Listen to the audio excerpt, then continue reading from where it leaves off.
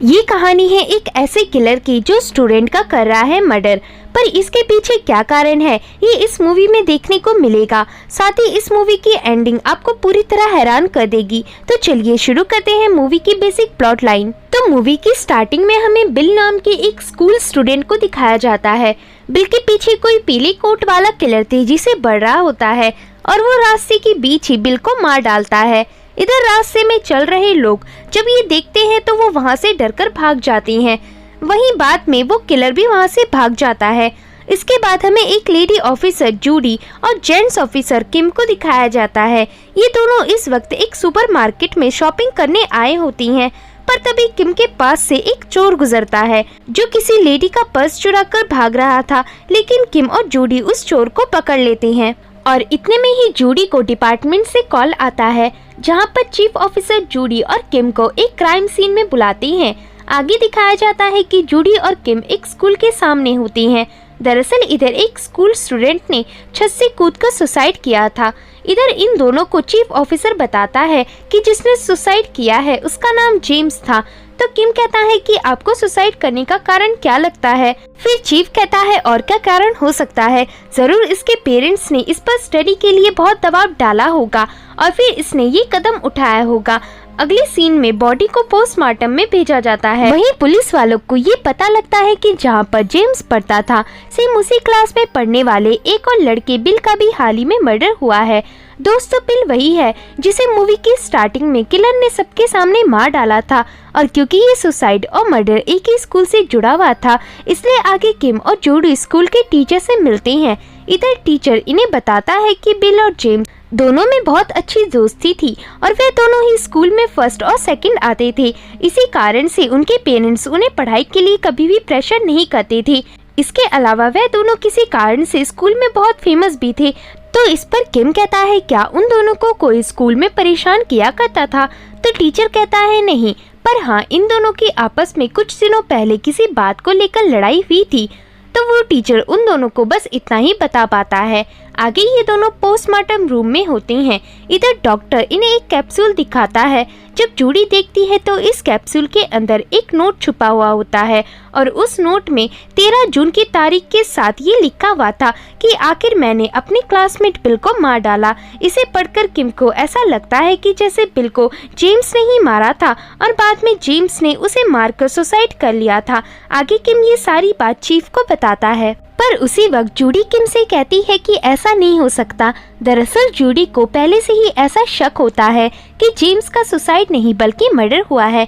Judy कहती है कि अगर बिल को जेम्स ने ही मारा था और अगर उसे इस बात को कन्फेस करना ही था तो वो ये बात पुलिस को बताकर जेल में चला जाता, ना कि इस तरह अपनी जिंदगी खत्म करके मर्डर कबूल करता। तो इसका मतलब जो मर्डरर है उसी ने जानबूझकर एक कैप्सूल के जरिए ये नोट उसके पेट में डाला था ताकि वो पुलिस को गुमराह कर सके। पर जेम्स की हैंडराइटिंग चेक करने पर सब पता चल जाएगा। इतना कहने के बाद जूडी किम के साथ उसके नेफ्यू को लेने जाती है।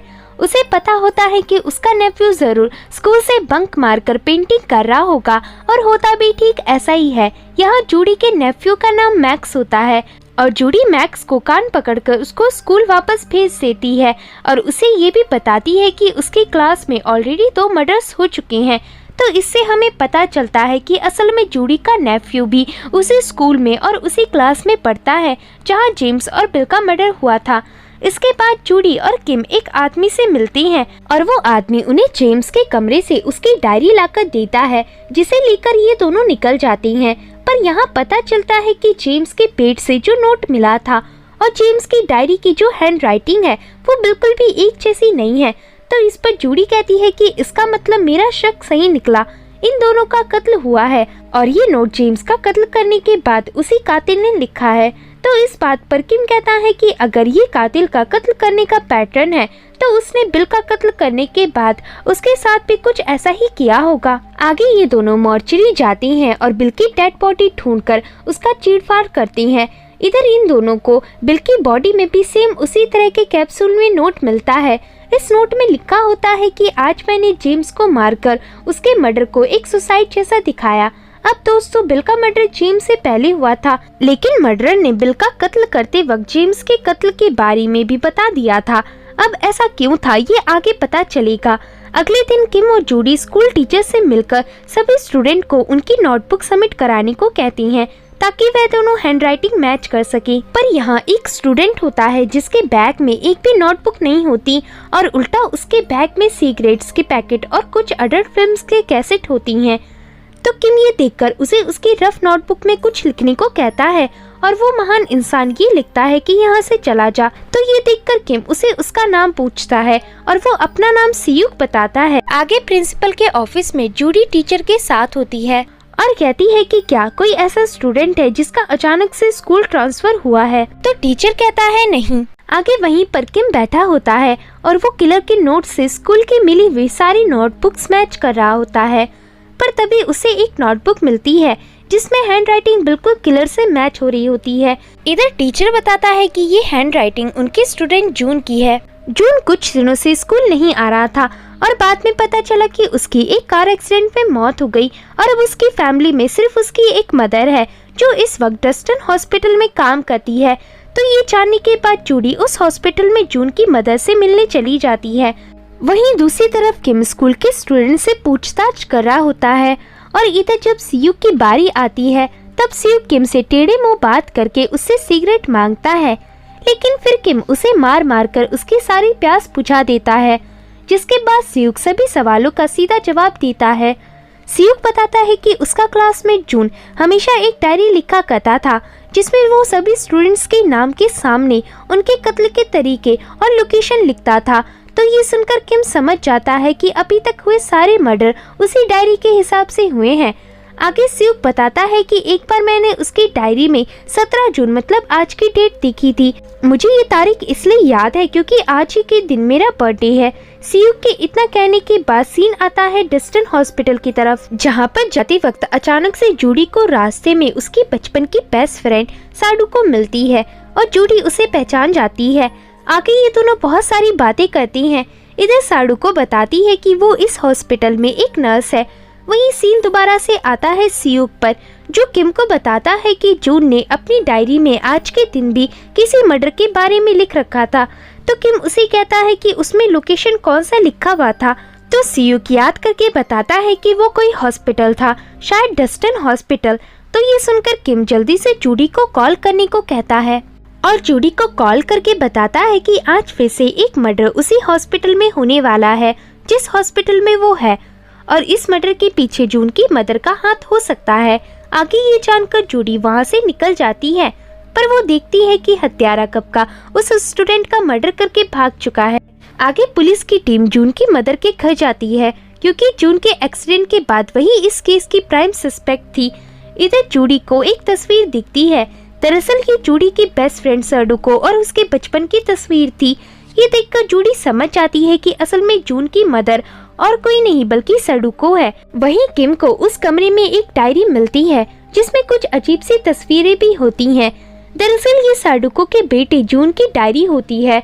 उसमें लिखा होता है कि मैंने आज 6 लोगों को मार डाला है। ये पढ़कर इन सभी को थोड़ा अजीब लगता है। अब मूवी रात के समय में शिफ्ट होती है, जहाँ पर दिखाया जाता है कि जूडी का अपने नेफ्यू मैक्स से उतना अच्छा रिलेशन नहीं होता। दरअसल मैक्स को पेंटिंग करना बहुत पसंद है, लेकिन जूडी इस सब को फालतू काम समझती है और इस पे वो मैक्स को डांटती है, जबकि मैक्स उसकी बात नहीं सुनता। अगले सीन में हमें साडूको को एक पार्क में दिखाया जाता है। यहाँ साडूको अपने बेटे जून के बचपन के बारे में सोचकर रोने लगती है क्योंकि अब जून उसके साथ नहीं है। फिर नेक्स्ट सीन में किम और जूडी स्कूल के सभी स्टूडेंट से बारी बारी इन्वेस्टिगेशन करने लगती हैं, पर इधर सभी स्टूडेंट जून के बारे में झूठ बोल रहे होती हैं क्योंकि फ्लैशबैक में दिखाया जाता है कि ये सभी स्टूडेंट्स जून को स्कूल में काफी बुली करके उसे मारा पीटा करते थे, यहाँ तक कि वह उसे गंदे पानी से नहलाते थे और उसे बात बात पर पीटते थे। इस सब से जून की मेंटल कंडीशन बिगड़ने लगी थी और इसलिए जो लोग उसे बुली करते थे वो उन सभी के नाम जगह के साथ उनके मरने की डेट और लोकेशन लिखा करता था, पर वो उन्हें नहीं मारता था। अब आगे जूडी मैक्स से पूछताछ करती है, पर खराब रिश्ते के कारण मैक्स बहस करके गुस्से से वहाँ से चला जाता है और फिर रात के समय जूडी इस गम से परेशान होकर काफी ज्यादा शराब पी लेती है, पर किम उसे किसी तरह संभाल कर अपने घर ले आता है। यहाँ अगले दिन जब जूडी किम के घर आयरन के साथ खेल रही होती है तब वो उस आयरन से डायरी के पेज को प्रेस करती है और तभी कुछ अक्षर दिखने लगती हैं। आगे जब इन शब्द को डिकोड कराया जाता है तब इन्हें इसमें आज की तारीख के साथ सीयू के अपार्टमेंट का लोकेशन दिखता है। इसके बाद किम और जूडी सीयू के घर जाकर उसे किलर से सावधान रहने को कहती हैं और रात के समय छिपकर उसके घर के आसपास पहरा देने लगती हैं और तभी किलर उनके सामने से गुजरता है। पर इतने में ही जूडी और किम की गाड़ी के पास एक डिलीवरी बॉय आता है जो उन्हें एक पार्सल देकर बताता है कि ये मुझे किसी लेडी ने देने को कहा था।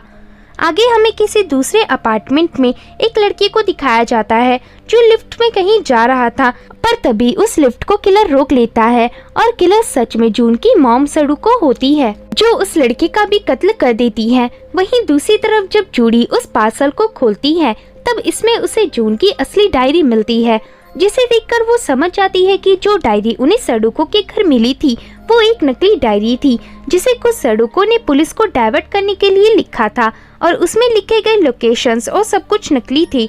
मतलब पुलिस को डाइवर्ट करके सडुको को जिसका असली में मर्डर करना था उसे वो कब का मार चुकी थी। आगे पुलिस वाले क्राइम सीन में पहुंचती हैं और इधर सीयू किम को एक सच्चाई बताता है। सीयू कहता है कि हमारे स्कूल में एक इलीगल वेबसाइट है जिसके बारे में सिर्फ स्कूल के खास स्टूडेंट्स को ही पता है।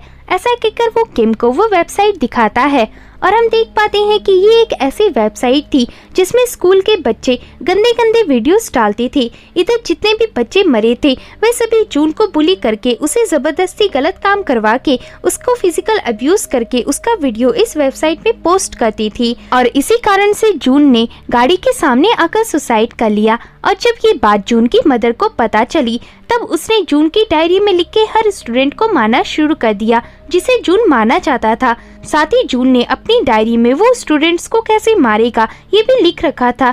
दरअसल बॉडी के अंदर जो नोट पुलिस को मिले थे वो नोट्स जून की डायरी में लिखे गए हुए पेजेस के थे जिन्हें जून की मॉम ने कत्ल करते वक्त बाद में उनके अंदर डाल दिया था। आगे उस इलीगल वेबसाइट के वीडियोस पब्लिक में रिवील हो जाती हैं जिससे स्कूल के स्टूडेंट्स की बदनामी होती है।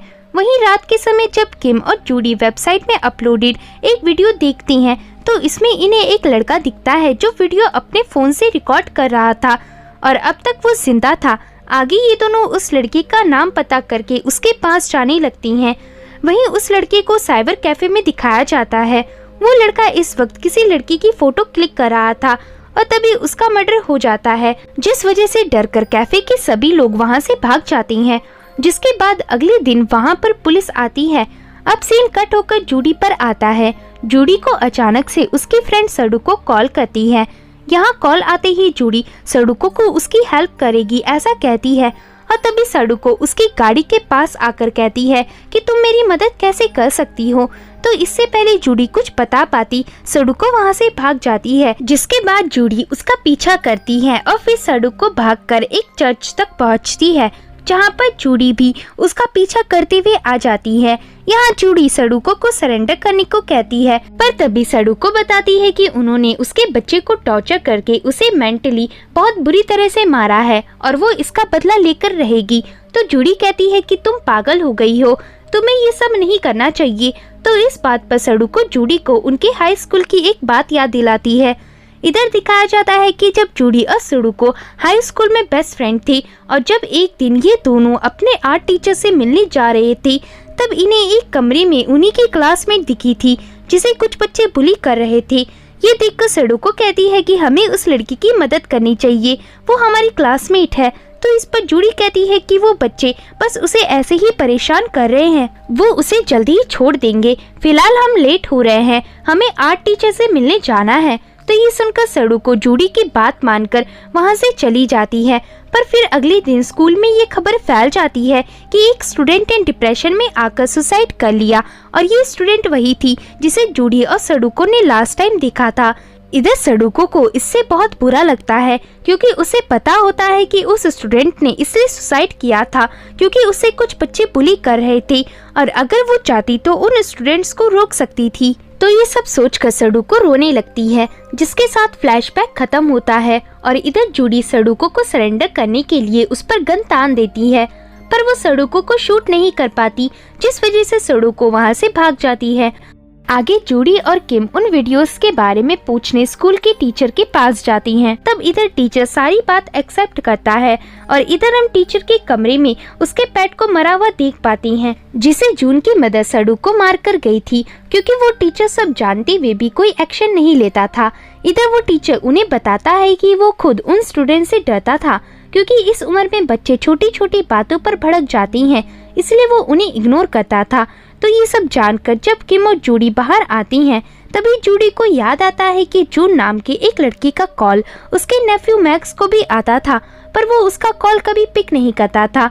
एक बार जूडी की भी जून से बात हुई थी। इधर जून मैक्स की आंटी जूडी को मैक्स से बात कराने को कह रहा था और कह रहा था कि मुझे मैक्स की हेल्प की जरूरत है, पर जूडी ने मैक्स के कहने पर ऐसा झूठ बोल दिया था कि मैक्स घर पर नहीं है, और ऐसा कहकर जूडी ने कॉल रख दिया था। तो इससे जूडी समझ जाती है कि जून वो कॉल उसके नेफ्यू मैक्स से हेल्प मांगने के लिए किया करता था, पर मैक्स उसे इग्नोर करता था, जिस कारण उसने सुसाइड कर लिया। तो ये जानकर जूडी मैक्स को कॉल करती है, पर मैक्स का कॉल नहीं लगता और तभी हमें दिखाया जाता है कि सड़ूको ने मैक्स को किडनैप कर लिया था। यहाँ मैक्स सड़ूको से छिपकर किसी तरह कॉल करता है और जूडी को अपना लोकेशन बताता है, पर दूसरी तरफ इन्हें कुछ भी समझ नहीं आता और कॉल कट हो जाता है। और अब जूडी इस बात से परेशान हो जाती है कि आखिर वो अपने नेफ्यू मैक्स को कैसे बचा सकेगी। पर तभी यहाँ पर जूडी का साथी किम कॉल में एक ट्रेन की जाने की आवाज नोटिस कर लेता है, जिसके बाद ये दोनों जल्दी से उस ट्रेन के पास वाले लोकेशन में पहुंच जाती हैं और इधर इन्हें सड़ूको मैक्स के साथ दिखती है, जो मैक्स को मारने वाली होती है। इधर जूडी कहती है कि तुम मेरे साथ ऐसा कैसे कर सकती हो। तब सड़ूको कहती है कि बुली करने से भी बड़ा गुनाह उसे छिपाना है। तो इस पर जूडी कहती है लेकिन जून ने अपनी डायरी में मैक्स के बारे में कुछ नहीं लिखा था। तब सड़ूको कहती है कि जून एक काफी सीधा साधा लड़का था, लेकिन उसे इन जैसे स्टूडेंट ने जीते जी मार दिया। सड़ूको के इतना कहते ही वहाँ पर पुलिस आ जाती है, जिसे देखकर सड़ूको लास्ट बार कहती है कि अब डायरी को पूरा करने का मौका आ गया है। ऐसा कहकर वो उस चाकू से मैक्स को मारने वाली होती है, पर इससे पहले जूडी उसे शूट कर देती है, जिससे उसकी मौत हो जाती है और मैक्स बच जाता है, जिससे जूडी गले लगा लेती है। वहीं कुछ दिनों बाद दिखाया जाता है कि अब जूडी और मैक्स के रिश्ते पहले की तरह अच्छे हो गए थी और मैक्स जो पेंटिंग बना रहा था उसे वो कंप्लीट कर लेता है। इधर किम भी आ जाता है और किम मैक्स को एक गिफ्ट देकर कहता है कि तुम्हें भी अपनी आंटी की तरह पुलिस में आ जाना चाहिए, क्योंकि तुमने छिपकर किडनैपर के सामने कॉल करके एक काफी बहादुरी वाला काम किया है। तो इस पर मैक्स कहता है कि वो कॉल मैंने नहीं बल्कि खुद जून की मॉम ने किया था और मेरे सामने वो फोन रख दिया था। तो ये सुनकर जूडी समझ जाती है कि अब भी उससे कुछ छूट रहा है। आगे जूडी और किम भागते हुए मॉर्चरी जाती हैं और इधर डॉक्टर जब जून की मॉम की बॉडी की चीरफाड़ करता है तो उसे उसके मॉम की बॉडी में सेम उसी तरह का कैप्सूल मिलता है। इस कैप्सूल के अंदर फिर से एक नोट होता है जिसमें जून ने लिखा था कि मेरी मॉम ही सबसे बड़ी बाय स्टैंडर्ड थी, वो सब कुछ जानते हुए भी मेरा साथ नहीं दे रही थी। ये पढ़कर जूडी वहीं गिर जाती है और तभी हमें असली कहानी रिवील होती है। दरअसल जून अपनी मॉम को हमेशा बताता था कि उसके क्लास के स्टूडेंट उसे बुली करती हैं, लेकिन इस बात को जून की मॉम कभी नहीं मानती थी और उन्हें लगता था कि जून स्कूल में रोज किसी से लड़कर आता है और इसी वजह से उसे रोज ये चोटें लगती थी। ये सोचकर जून की मॉम जून को काफी ज्यादा पीटती थी और जून को कभी समझने की कोशिश नहीं करती थी। पर एक रात जिस दिन जून मरने वाला था, उस दिन जून ने अपनी मदर को सारी सच्चाई अच्छे से बताई थी कि कैसे उसके स्कूल के स्टूडेंट्स उसे बुली करती हैं।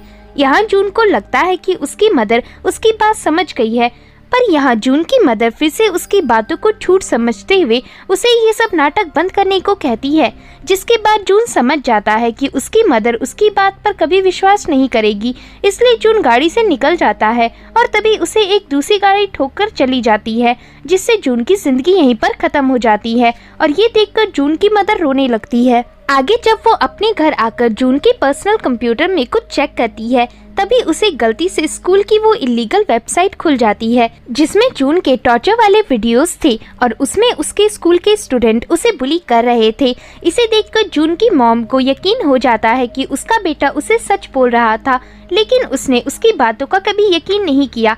तो इसके बाद जून की मॉम ने जून को बुली करने वाले स्टूडेंट से बदला लिया और अंत में जानबूझकर जूडी के लिए वो एविडेंस छोड़ा जिससे वह उस तक पहुंच गई और वहां जूडी ने उसे मार डाला। पर ये सब असल में जून की मॉम का ही प्लान था, क्योंकि वो खुद को जून का किलर मानती थी। क्योंकि अगर वो सही समय पर जून की बात समझने की कोशिश करती तो ऐसा कुछ नहीं होता। और इसी सैड एंडिंग के साथ ये मूवी खत्म हो जाती है। तो दोस्तों, ये मूवी हमें ये मैसेज देती है कि जो हमारे नजरिए में हमें काफी छोटी चीज लगती है या फिर हम जिस चीज को इग्नोर कर देते हैं, हो सकता है कि उसके ऊपर किसी की पूरी जिंदगी डिपेंड हो।